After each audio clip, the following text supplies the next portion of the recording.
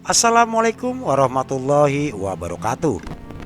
Jumpa kembali dengan saya Joy Sang Pujangga. Seperti biasanya, kali ini saya akan mengangkat cerita tentang konflik Palestina dan Israel kembali memanas. Indonesia konsisten dukung Palestina. Sebelum cerita ini saya angkat, saya mohon untuk bersedekah dengan cara like, subscribe, dan komen. Karena sedekah adalah ladang ibadah untuk kita semua. Lanjut ke ceritanya. Konflik Palestina-Israel kembali muncul dalam beberapa hari. Hal ini dipicu oleh serangan Hamas Palestina terhadap Israel di wilayah selatan jalur Gaza pada Sabtu 7 Oktober.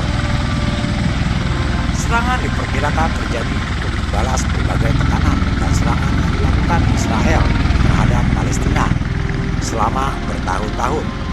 Hingga saat ini, korban konflik Palestina-Israel dikabarkan telah mencapai 2.300 korban jiwa dan 8.900 korban luka-luka di kedua belah pihak.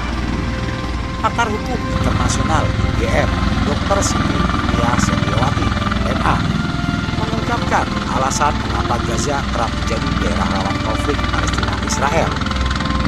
Kalau di Gaza, itu yang saya amati seperti periodik.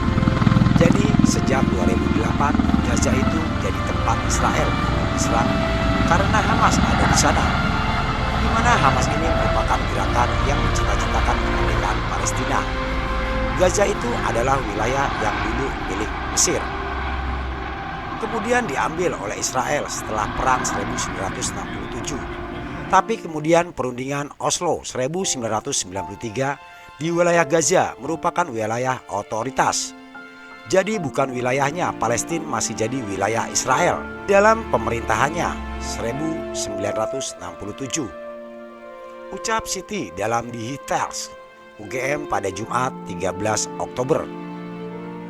Wilayah Gaza merupakan wilayah dengan jumlah penduduk sekitar 11 juta jiwa dan merupakan salah satu wilayah terpadat di dunia.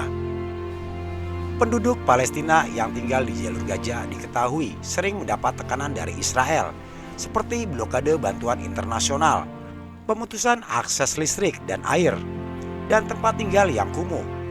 Siti menambahkan, posisi Hamas di pihak Palestina semakin tertekan akibat adanya perjanjian damai antara Israel dengan Mesir, di mana membuka potensi perdamaian Israel dengan negara-negara Arab lainnya. Jadi, kalau kita lihat konflik ini, itu bentuk dari terdesaknya pihak Hamas karena dia sebagai negara yang terjajah. Kalau tidak melawan itu justru aneh, apalagi dengan adanya dukungan negara lain terhadap Israel. Akan membuat Hamas semakin sulit. Ini yang kita coba cari penyelesaiannya. Itu seperti apa? Hampir mirip dengan Indonesia sebenarnya. Juga melibatkan PBB. Tapi kala itu Indonesia tidak hanya menggunakan kekerasan saja, tapi juga negosiasi, tambah Siti. Upaya-upaya perdamaian telah banyak dilakukan dalam konflik Palestina-Israel ini. Sayangnya, alih-alih membuahkan hasil, upaya tersebut justru gagal akibat pelanggaran yang dilakukan kedua belah pihak. Indonesia sendiri secara konsisten mendukung Palestina untuk menjadi negara merdeka. Hal ini sesuai dengan landasan konstitusi yang percaya bahwa segala bentuk penjajahan harus dihapuskan dari dunia. Momentum ini menjadi kesempatan bagi dunia internasional untuk memberikan perhatian lebih terhadap konflik Palestina-Israel. Profesor Dr. Mokhtar Masud menjelaskan, beberapa tahun terakhir Amerika Serikat nampak absen dalam konflik Timur Tengah. Namun sejak disahkan deklarasi Abraham Accords, yakni perjanjian kerjasama antara Israel dan Uni Emirat Arab yang diprakarsai oleh Amerika Serikat. Nah, Abraham Accords merupakan indikasi terjadinya rekonfigurasi atau penataan kembali geopolitik Timur Tengah akibat reorientasi strategis Amerika. Poin yang ingin saya tegaskan untuk menggambarkan bagaimana keadaan di Timur Tengah. Perlu diingat juga, pengaruh Iran juga berperan dalam konflik ini. Abraham Accords dipandang sebagai gerakan diplomatik yang mempersatukan kekuatan melawan pengaruh Iran, yang menyebabkan berakhirnya isolasi terhadap Israel. Sehingga semangat memperjuangkan Palestina ini menurun, tutur Mokhtar. Timbulnya konflik berulang. Palestina Israel ini memiliki banyak faktor yang terjadi antara kedua pihak. Serangan Hamas pada Israel tentunya bukanlah awal mula dari perang, namun merupakan rantai dari ketegangan politik yang telah dimulai sejak bertahun-tahun lalu. Perdamaian antara keduanya dapat dilakukan jika dunia internasional turun memberikan perhatian tanpa melibatkan kepentingan lainnya. Melalui langkah tersebut, konflik Palestina-Israel diharapkan dapat menemui titik terang dan tidak lagi mengorbankan berjuta-juta jiwa warga sipil. Indonesia konsisten mendukung Palestina, namun tidak sepenuhnya menolak hubungan dengan Israel. Eskalasi kekerasan kembali terjadi antara Palestina dan Israel setelah Hamas, kelompok paramiliter Palestina, mengumumkan operasi Badai Al-Aqsa untuk merebut kembali otoritas di Gaza. Ini membuat tentara Israel semakin agresif dengan melancarkan serangan balasan, berujung pada deklarasi perang Operasi Pedang Besi. Hingga hari ini, total korban tewas baik dari sisi Israel dan Palestina mencapai 3.000 jiwa. Dalam berbagai forum, Indonesia selalu tegas mengambil posisi membela Palestina dan kedaulatannya. Presiden Jokowi Widodo kerap mendesak agar perang ini segera dihentikan. Indonesia selalu menganggap bahwa akar konflik antara kedua negara tersebut merupakan dampak dari aneksasi atau pendudukan wilayah Palestina oleh Israel. Dukungan Indonesia terhadap Palestina ditunjukkan dengan tidak hanya menutup hubungan bilateral secara formal dengan Israel, tetapi juga melalui keputusan-keputusan teknis lainnya, seperti menolak kedatangan tim sepak bola nasional Israel dalam ajang Piala Dunia 2023, meski imbasnya Indonesia batal menjadi tuan rumah ajang internasional tersebut. Indonesia tentunya memiliki kepentingan dalam pembebasan Palestina, misalnya solidaritas sebagai negara bekas jajahan. Namun ada paradoks dalam hubungan Indonesia dengan Israel.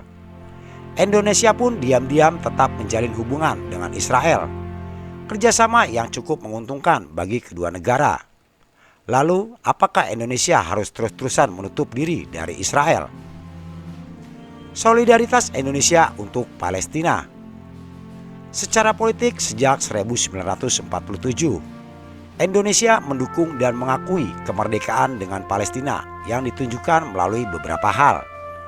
Mulai dari mendirikan kedutaan besar, Kedubes, RI di Amman, Yordania yang merangkap Palestina, dan sebaliknya mendirikan Kedubes Palestina di Jakarta.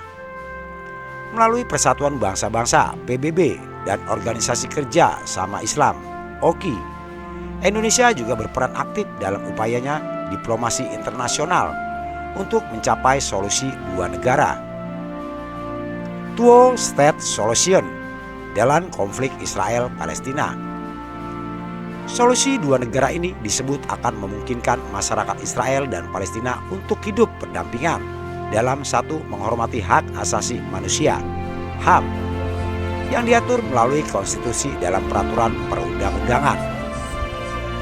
Beberapa cara yang dilakukan Indonesia untuk mendukung proses perdamaian diantaranya menyediakan personel dan pasukan untuk misi perdamaian PBB di Timur Tengah, termasuk United Nations Interim Force in Lebanon, UNIFIL, yang bertujuan untuk memelihara perdamaian di Lebanon Selatan. Meskipun tidak langsung terkait dengan konflik Israel-Palestina, partisipasi Indonesia dalam misi perdamaian ini merupakan kontribusi positif terhadap stabilitas regional. Indonesia juga memberikan berbagai bentuk bantuan kemanusiaan kepada rakyat Palestina yang tertekan dampak konflik. Di antaranya bantuan medis, bantuan pangan, dan bantuan keuangan untuk proyek-proyek pembangunan infrastruktur vital di Palestina seperti rumah sakit. Sebagai negara dengan populasi muslim terbesar di dunia, dukungan Indonesia terhadap Palestina merupakan bentuk solidaritas Indonesia terhadap sesama negara muslim. Palestina juga menjadi salah satu tempat bersejarah yang sangat dicintai oleh umat muslim, khususnya Masjid Al-Aqsa. Ikatan historis religius inilah yang telah memperkuat ikatan secara bangsa Indonesia dan Palestina. Namun demikian, solidaritas ini semakin dilematis melihat semakin banyaknya negara Timur Tengah yang mulai menetralisasi hubungan antara membuka diri untuk mulai menjalin hubungan bilateral dengan Israel, seperti Uni Emirat Arab, Bahrain, dan Mesir.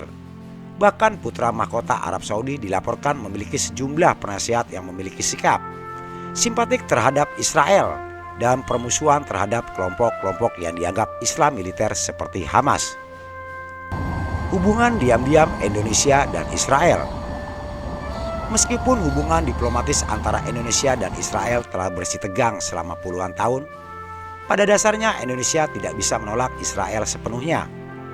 Saat ini walaupun tidak menjalin hubungan bilateral formal, Indonesia dan Israel memiliki kolaborasi terbatas di berbagai bidang, termasuk perdagangan, pariwisata, dan pendidikan. Sebuah studi tentang epidemiologi Newcastle Research, penyakit yang menyerang unggas, menggabungkan kolaborasi data antara Institut Kedokteran Hewan Qimron di Israel dan Departemen Penyakit Menular dan Kesehatan Masyarakat Veteriner di Fakultas Kedokteran Hewan Institut Pertanian Bogor (IPB) di Indonesia. Kolaborasi ini bertujuan untuk meningkatkan pemahaman tentang penyakit ini dan mengembangkan langkah-langkah pengendalian yang efektif. Dalam konteks informasi kesehatan digital dan layanan jarak jauh selama pandemi COVID-19, terdapatlah sebuah aplikasi berbasis kecerdasan buatan AI bernama K-Health. Belum ada informasi detail siapa saja yang bermitra dalam penggunaan aplikasi ini. Tetapi yang jelas K-Health hanya dapat diunduh di Amerika Serikat, Meksiko, Indonesia, dan Israel. Aplikasi ini dibangun menggunakan pendekatan berbasis data yang bekerja sama dengan Market Health Service (MHS) Israel. Data dari catatan kesehatan MHS digunakan untuk mengembangkan pemeriksaan gejala COVID-19 berbasis AI, meningkatkan akses terhadap informasi dan layanan kesehatan yang dapat diandalkan semua pihak selama pandemi. Di sektor pariwisata, tercatat lebih dari 30.000 turis Indonesia yang berwisata spiritual ke Israel setiap tahunnya, bahkan menjadi berbelanja besar dalam hal nominal yang dibelanjakan selama berada di Israel. Sebaliknya, sekitar 500 warga Israel melakukan perjalanan ke Indonesia setiap tahunnya, termasuk wisata dan pengusaha. Berdasarkan data dari Kementerian Perdagangan RI, total nilai ekspor Indonesia ke Israel pada tahun 2022 mencapai 186 juta US dollar, sekitar 29 triliun, meningkat 14% dibandingkan tahun sebelumnya. Sementara itu, total nilai impor dari Israel juga meningkat sekitar 80% menjadi 47,8 juta US dollar atau 750 miliar. Indonesia mengekspor banyak peralatan mekanik dan mesin serta senjata dari Israel. Sementara ekspor utama Indonesia ke Israel adalah minyak kelapa sawit mentah, crude palm oil (CPO), yang mencapai 22 juta ton pada bulan Januari 2022. Di sektor pendidikan, Indonesia juga tetap berhubungan dengan Israel. International University of Papua (IUP) di Jayapura, misalnya, menjalin kerjasama dengan Universitas Ariel yang berlokasi di tepi barat milik pemerintah Israel.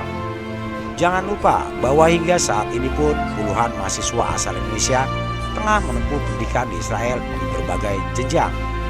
Contoh-contoh tersebut membuktikan bahwa meski tidak memiliki status hubungan diplomatik, nyatanya kita banyak berhubungan dengan Israel. Rasa balas budi. Pengakuan kemerdekaan Indonesia oleh Palestina telah berkontribusi pada ikatan yang erat antara kedua negara. Hubungan historis ini telah menumbuhkan rasa persahabatan dan persaudaraan antara keduanya. Terlebih lagi, perjuangan Palestina terkait erat dengan identitas dan keyakinan Muslim masyarakat Indonesia. Alasan Indonesia secara historis enggan menjalin hubungan diplomatis dan ekonomi dengan Israel juga dipengaruhi oleh sentimen publik dan rasa terima kasih kepada negara-negara Arab atas dukungan mereka terhadap kemerdekaan Indonesia.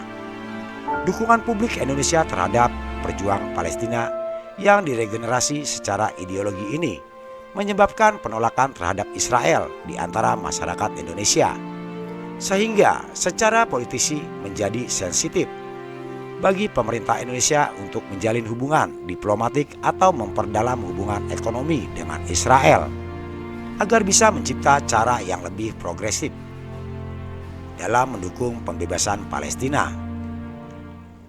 Diskursus mengenai relasi Indonesia dan Israel Palestina harus lebih dari sekadar motif balas budi dan kesamaan agama. Haruskah Indonesia terbuka terhadap Israel? Diskusi mengenai anti penjajahan tidak lagi relevan, mengingat Indonesia sudah lama menormalisasi hubungan dengan diplomatiknya dengan bekas negara penjajah seperti Inggris, Jepang, dan Belanda. Bahkan Indonesia juga menjaga hubungan diplomatik dengan negara yang sedang menghadapi skandal pelanggaran HAM dan agresi wilayah seperti Rusia dan Cina. Membuka diri terhadap Israel dapat memperbesar keuntungan yang telah dirasakan Indonesia, misalnya dalam bidang ekonomi dan teknologi, bahkan bisa menjadi penengah konflik antara Palestina dan Israel tanpa menghilangkan sikap krisis terhadap dampak yang telah terjadi melalui pendekatan resolusi konflik. Yang terjadi tantangan adalah perubahan lanskap kebijakan luar negeri. Seperti ini akan sulit diambil oleh pemerintah karena akan mendapat resistensi dari kalangan konservatif. Pemerintah pun berisiko kehilangan dukungan politik dari mayoritas masyarakat Indonesia. Ya, itu adalah sebuah cerita tentang Indonesia konsisten mendukung Palestina, namun tidak sepenuhnya menolak hubungan dengan Israel. Tunggu di cerita-cerita lainnya. Saya Joy Sang Pujangga. Assalamualaikum warahmatullahi wabarakatuh.